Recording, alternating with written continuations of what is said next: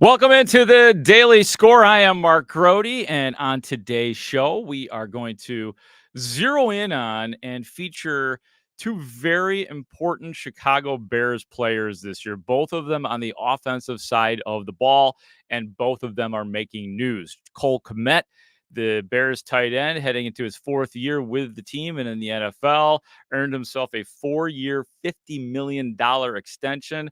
We'll talk about Kmet. Also, Chase Claypool, who has definitely been a story lately, and that is because of the injuries that he had during the minicamp and the OTAs, which kept him out of those. And then right before training camp, he was placed on the physically unable to perform list, which was very alarming. He was taken off the PUP list. And then finally, we got to watch Chase Claypool practice in full during the Bears' first full practice, which actually did go down indoors in the Walter Payton Center. And to help me break down these players, he is my partner out at Haugh, Score teammates. He is a writer for 670thescore.com. You hear him on the air occasionally here on WSCR 670 The Score. And that man is Chris Emma. What's going on, Emma? How are you, buddy? Grote, I'm honored to be here for a couple reasons. One of which is that I believe this is the third episode of the Daily Score. So it's great to be one of the first guests, if not the first guest, I believe. And number two, because you're going to spend the better part of 6 months sitting next to me here. So you're not trying to ease into it. You're not trying to just kind of make it a slow play here. You're ready to go. Let's go, man. We got 6 months. We got the Bears starting up here. I am ready to go. And you are. Yes, you can call yourself the official first guest here on the Daily Score. Ray, do we have anything for him? Do we want to send him anything? Okay. Well, Ray Diaz, the executive producer of this show, he'll send you something. We've got stuff sitting around here. We got this cardboard right here. Maybe we'll ship that right out to you. All right, Emma, how's that sound? Fantastic. Yeah, absolutely. All right, let's get into it, man.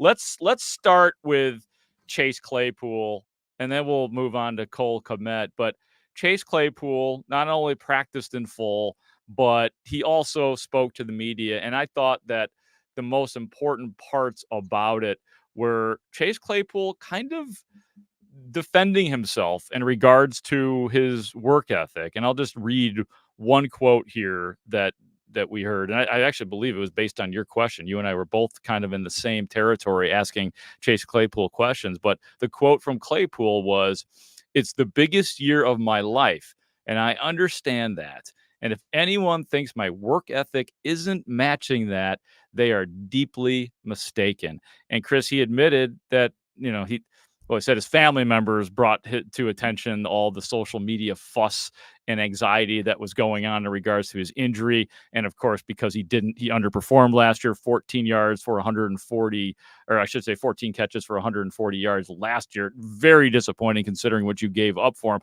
But what did you make of Chase Claypool's comments today? I'd love to hear it. Yeah, and look, we all hear in sports, right? The internal motivation that comes from these guys, and that's especially true for any player in a contract year, right? I mean, whether you're playing on a 1-year deal, whether you're trying to prove it in this case for a guy in his fourth year, but consider the circumstances for Chase Claypool now. He broke out as a rookie with 9 touchdowns. He was fantastic with the Steelers. Looked like he was going to be not just a star for the Steelers, but one of the premier receivers in this league. He's had 3 touchdowns since. Got cast aside by the Steelers, who were looking to dump him off last year. The Bears bringing him, believing that he can be that guy for Justin Fields. It didn't work out right away. 7 games, just 14 catches, 140 yards. He said no touchdowns. He did not find the end zone once.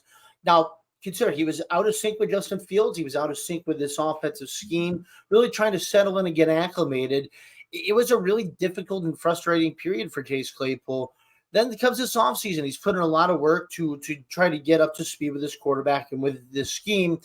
The injuries have been setbacks. They've been frustrating for him, frustrating for the Bears. He's got to go prove it. He's got to go earn his place now. This is year 4 of a 4-year rookie deal. He's trying to solidify that long-term future, whether it's with the Bears or somewhere else. This is the year where he proves, can I be that top flight receiver, or is I'm going to be cast aside by another team and playing for, a third team in 5 years next year? And that's why it's important for him. He's got his entire football future really on the line. Yeah, most important year of his life. And then to your point, Chris, I mean, his first year in Pittsburgh in 2020, 62 catches, 873 yards, and 9 touchdowns. And in 2021, 59 catches, 860 yards, and 2 touchdowns as well. So, to your point, that this guy does have a resume of some success, maybe obviously not the success that Pittsburgh had been hoping for from him, or they would not have traded him for a second round pick, which turned out to be Joey Porter Jr. But I know that one thing that you and I were talking about out at Hallis Hall too was another thing that Chase Claypool had said about using the flashcards and his learning process. And I know that you said that you might be writing something a little bit about that. Tell us exactly what you were talking about. Well, yeah, about 670 thescore.com if you do want to read it. But it goes into what Chase Claypool's saying about nobody knows how hard I works, and anybody's doubting me is respectfully wrong and that kind of thing. And he gave evidence to that. It started with this offseason where he went on his own work. Now, this is the stuff aside from the building and away from the team, where he put out flashcards, and he created every flashcard. He wrote the name of a play on the front of it, and on the backside, he actually drew out the design and his route within it. And he would go out to the field, I think on his own at times, and then ultimately when he paired up with Justin Fields down in Florida, and run through these plays. He would go through each play. He would read the play name. He would understand on the back of the card what his route is. And if he didn't know it, if he didn't know exactly what the route was, he'd put that card aside. But then he'd get up and he'd physically run the actual route there and go through the motions of what his assignment is on that play. He also did work with his own voice memos of putting together the name of the plays and his responsibilities on his iPhone and going through on his AirPods and understanding it. He really put in the extra mile to understand his role within this offense and what he needs to do. It speaks to the idea of what he's saying, that he's extremely motivated, that this is the most important year of his life and his career, and he wants to make that kind of impression. I think he truly wants to be a part of the Bears long term, but obviously he wants to be seen as that top flight premier NFL receiver once again. He's got an opportunity now. He's got a quarterback he's in sync with. He's got a great chance now with the Bears, and he's got to go do it now. It's time to go prove it. Yeah, he caught a touchdown out of the slot in his first full practice from Justin Fields. That was nice to see. And I know that he worked out of the slot in Pittsburgh some. He didn't give it raving reviews. I remember talking to him in the locker room last year that he didn't necessarily like working out of the slot. But I mean, based on what we've seen just a little bit of, do you expect that is a place that could be a good spot for him to work him out of the inside sometimes? Yeah. I think you'll definitely see a lot of that. We also saw today Robert Tonyan was lining up on the outside. Yeah. When Matt Eberflus was asked about that, the word he used, he said mismatch. And that applies for Claypool in the slot just as much as it does Tonyan on the outside. They're finding different wrinkles within this offense. We know the motivation for the Bears, for Luke Getsy, to get this passing attack going. This was the top-ranked run offense in all football last year, set a franchise record going over 3,000 yards. But the passing game stunk. It wasn't what it needed to be. There's a lot of reasons for that. We know the receivers, there wasn't a DJ Moore there. There wasn't a Claypool for half the season. There wasn't Darnell Mooney for a third of the season. Like, this is a better spot now for this receiving group. The offensive line's better for Fields, et cetera, et cetera. But you also got to create these opportunities within the scheme, and Fields has to take advantage of it. So, like Eberflus said, you want those mismatches. You want to create a unique identity for this passing attack, and Claypool's a big part of that. We heard Cole Kmet say that today. Like, this team needs Chase Claypool to go where it believes it can go, and specifically, this offense and passing attack really needs Chase Claypool to go where it wants to go. Absolutely, and we're going to talk about Cole Kmet here in just a second. But real quick, do you see guys like Darnell Mooney you mentioned, and maybe even Jalen Johnson? This is kind of as it pertains to Cole Kmet getting his extension. Do you think that Mooney, now that he is seemingly healthy, do you think he's next up for an extension, or do you think it's Jalen Johnson, or am I missing a name? I think he could be either one. I don't know if there's another name. I mean, Travis Gibson's eligible. I don't think they're going to give him that big deal. Claypool's obviously eligible at into year 4, but he's got to go prove it. It's got to be one of Mooney or Jalen Johnson. I'd imagine, I don't know this for certain. I haven't heard it from anybody in the know, but I'd imagine that they're negotiating these things right now, just as Kmet's negotiations ran through the course of the offseason program in the last 6 weeks leading into training camp. Yeah, I'd imagine it's a fluid process with Jalen Johnson as well as Darnell Mooney. Now, with Mooney, the case was they wanted to get him back on the field because he went through a long rehab. You want to see, does he still have the steps the right way? Can he make those quick cuts? He needed to clear some kind of physical hurdles, and it sounds like he has to some extent. Jalen Johnson, on the other hand, like, that's your guy. That's your number one corner. You believe in him. You love what he brings to the table.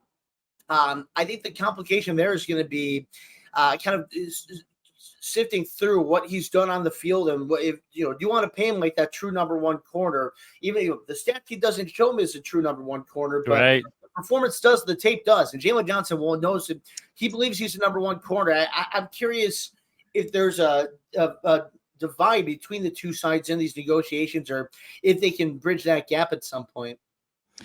Yeah, it's all to be seen very soon. And I think one thing that potentially complicates it too is the rookie Tyreek Stevenson. They want to get a look at him and see if maybe he's a difference maker. But let's talk about Cole Kmet, the Bears tight end, local kid, gets a 4-year $50 million extension, and some of the details, according to Adam Schefter and Field Yates of ESPN, it includes $32.8 million guaranteed, also $20 million in first-year cash. Again, that's according to Schefter and Field Yates. Emma, what did you think about it? Happy for Cole Kmet, a guy who we all know his story. I don't know if you need to sift through it again, but local guy who's been really embracing part of being this organization, and that was, I think, all three of these deals, including Johnson and Mooney as well, seemed apparent at some point. But Kmet was such an obvious fit. You knew that was going to happen at some point. This guy earned it. He had a breakthrough season. He had a career high touchdowns last year. And that wasn't a coincidence. You saw him really establish himself as that red zone threat and a trusted target for Justin Fields. But he's also become a great blocker. We heard him today say that wasn't really a true part of his game as he entered the NFL, and he's made it a part of his game. He's one of the better inline blockers in all of football right now, that tight end position. And that's a credit to him and to his work ethic and what he's put in that role and what the Bears have gotten out of him now. I mean, he's earned his place with his team for the long term, not to mention the stuff in the locker room. He's a terrific guy, a great leader for this team. Matty Abrams just a true pro, a true leader, and a guy that they really count on. So it made so much sense. He obviously wanted to be there. The Bears wanted him to be there. They got it done. Yeah, last year, Kmet, 50 catches, 544 yards, and 7 touchdowns. And he really hasn't had that explosive breakout. This guy is a star year, and I don't know if he's going to become a star in the league. But I did think it was interesting listening to, we had a chance to talk to Cole Kmet, and he said he knows that he's got a long way to go still, that he has not reached his ceiling. I mean, he even was kind of making fun of himself, like from his rookie year. He actually said, sometimes I look like an idiot out there on the field. So he knows that he's come a long way from his rookie year.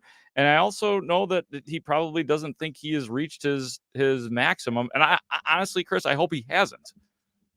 Yeah, no, you're right. And look, I think anytime you get a tight end drafted in the first few rounds, you just say, maybe that's your Kelsey, maybe that's your Kittle, one of those guys. Like, I think you probably said it a lot when Cole Kmet was drafted too. I don't know if he's ever going to be that guy, but you know what he is right now. He proved what he can be. He's a great red zone target. He's a threat in the passing game when you get goal to go. Not to mention one of mismatch keys in those situations on third down and short when you need to get the ball over the middle or get that trusted target. He and Justin Fields have a great rapport. And then what I mentioned about him as a blocker as well. He was such a key part of this running game becoming the number one run game in the league last year. Having him as a blocker, having him as an extension of the offensive line, that's huge. And he's such an important part of that running identity. And so we'll see. Maybe there is more room for growth and he can continue to develop and become whatever you want him to be, whatever you want to imagine him to be. But what he is right now is a very good player worthy of that deal. And I like what he said. He's like, look, I want to outperform this deal and really make this well worth it for this team. And be a Bear for life. That would be nice. Right. I think that he would appreciate that. I think the most interesting thing, actually, Chris, was the line of questioning in regards to the fact that he's impressed two different regimes, two different general managers. Ryan Pace was the one who drafted him. Ryan Poles is the one that gave him the money. Doesn't usually work that way. Yeah, it's a testament to him, and you can say the same for the other two guys if you want. If and when they get those deals done, for Jalen Johnson and Darnell Mooney, tip your cap to Ryan Pace and his brass. Like, I know they took their flack, and they certainly deserved it for the missteps along the way. But that draft, now that 2020 draft, was an impossible scouting process where there was no, or the NFL Combine, there were no pro days, there was no this and that. It was such a struggle to get medical information. There was so much that went into that draft that made it one of the, I think you ask any scout, they'll say it's by far the most difficult and grueling draft that they had to prepare for. The Bears got a bunch of really good players in that draft without a first-round pick. They got Kmet and Johnson in the second. Darnell Mooney is a fifth-round pick. Travis Gibson's been a nice player out of the fifth round. I mean, they did pretty well in terms of getting some potential core pieces out of this draft. And like I said, if and when, I do believe it will be when that they get Johnson and Mooney locked up as well. Maybe it's in the next few weeks or month. But when they do that, look, you got 3 core players out of a really tough draft. Chris, I got to go, but I think people should follow you at CMA670. That's the place to follow him on Twitter. And I just got to say, I was just thinking about this during the podcast as, you were giving your answers. You're the best guest we've ever had on this show. Oh, man. So, great work, man. We'll see how long that lasts, but I appreciate it. Thank you, Chris Emma, for coming on. I'll see you out at Hell's Hall, buddy. Take care. Yep, that is Chris Emma. And follow him at CMA670. He writes for 670thescore.com. You should check out what he's going to be writing about Chase Claypool. He gave me a little preview today, and it sounded really good. And ColeKmet, kind of intertwining the guys' lives who, as Emma pointed out to me, Chase Claypool, that was somebody the Bears were considering. They went with Cole Kmet instead, and both guys have kind of gone in different directions, but Emma will spell it out in his article. Thank you for listening today. For our executive producer, Ray Diaz, I'm Mark Grote, and we will talk to you soon on the Daily Score.